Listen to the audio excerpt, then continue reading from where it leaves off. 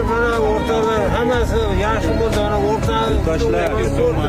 Rahmat, inshaalloh. Bular dadamning o'rtoqlari.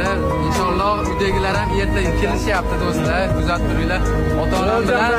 Ota-onam bilan shu yerlarda aylanib inshaalloh 22-kuni Makkaga yo'l olamiz. Kuzatinglar do'stlar, mana shu joylarni ko'rib xursand bo'ldim. Qamishliqlar kelinglar, yaxshi joylar ekan. Duo qilinglar, qochib bo'lar. Siz ayting, siz katta. Amin. Rahmat, mashinalar hammamiz